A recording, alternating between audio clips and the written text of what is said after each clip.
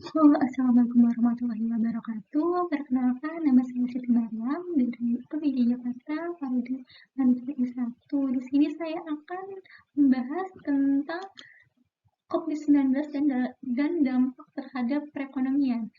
COVID-19 itu apa sih? COVID-19 di awal tahun 2020, akibat COVID-19 dapat dunia menghadapi krisis kesehatan global dan sosial ekonomi yang belum pernah terjadi sebelumnya. Di Indonesia sendiri, kehidupan bertahan anak dan keluarga seakan terhenti. Pembatasan sosial dan penutupan sekolah berdampak pada pendidikan, kesehatan mental, dan akses kepada pelayanan kesehatan dasar. Kasus pertama penyakit ini terjadi di Wuhan, China pada akhir Desember 2019. Setelah itu, COVID-19 ini menular antar manusia dengan sangat cepat. Bukan hanya di Indonesia sendiri, tapi ke seluruh dunia hampir mengalami COVID-19 ini. Apa itu COVID-19? COVID-19 adalah suatu penyakit berbahaya yang disebabkan oleh SARS-CoV-2, yaitu virus jenis baru dari coronavirus atau kelompok virus yang menginfeksi sistem pernapasan. Infeksi virus corona ini menyebabkan isi pernapasan ringan sampai sedang seperti flu atau infeksi sistem pernapasan dan paru-paru seperti pneumonia. Tingkat kematian akibat COVID-19 yang pertama, menurut data yang dirilis gugus tugas pencapaian penanganan COVID-19, jumlah kasus terkonfirmasi positif hingga 21 Juni 2022 adalah 6.069.255 orang dengan jumlah kematian 156.695 jiwa. Yang dari kedua angka ini dapat disimpulkan bahwa case fatality rate atau tingkat kematian yang disebabkan oleh COVID-19 di Indonesia adalah sekitar 2,6%.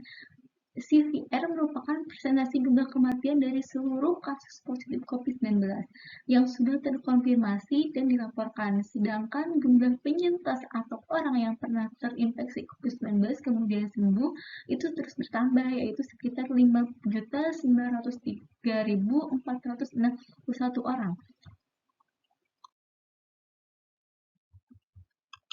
Gejala COVID-19 itu apa aja nih? Gejala COVID-19 itu secara umum itu ada 3 gejala yang menandakan seorang terinfeksi COVID-19. Yang pertama demam, demamnya mencapai suhu tubuh di atas 38 derajat Celcius. Yang kedua itu batuk kering, dan yang ketiga itu sesak napas, dan ada juga badan terasa lemas ataupun mungkin penciuman menghilang.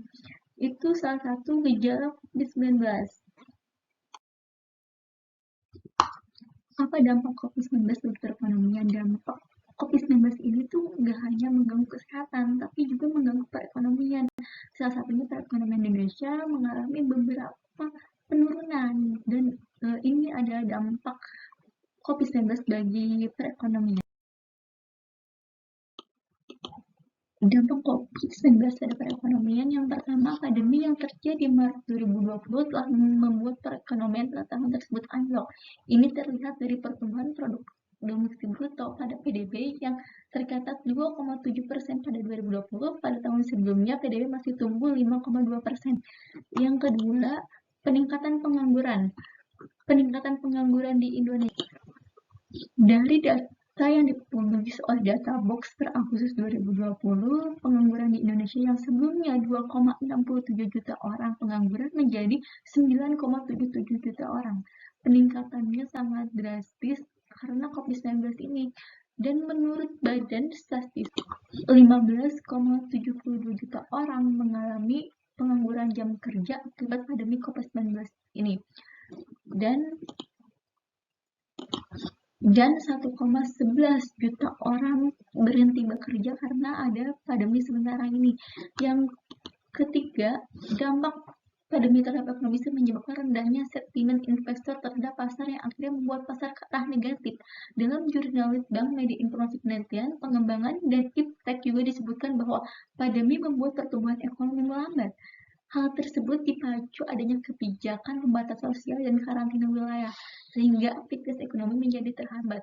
Jadi, pembatasan sosial dan karantina wilayah membuat kita tidak bisa bergerak bebas, kita bisanya di rumah, jadi kita bisa melambatkan perekonomian, tidak bisa bekerja dan sebagainya. Yang keempat itu perusahaan startup digital mengalami keterpurukan. Yang kelima, banyaknya perusahaan yang gulung tikar karena tidak adanya konsumen. Konsumen berada di rumah, masyarakat berada di rumah, sehingga kita tidak membeli produk mereka. Jadi perusahaan banyak mengalami keterpurukan. Poin yang dapat kita peroleh adalah COVID-19 ini sangat berbahaya bagi kesehatan dan bagi perekonomian.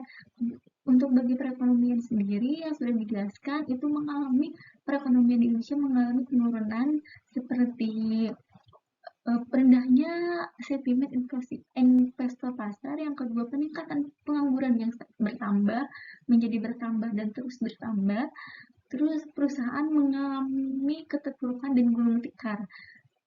Sekian dari saya, kurang lebihnya mohon dimaafkan karena kekurangan hanya milik saya dan kelebihan hanya milik Allah Subhanahu wa taala.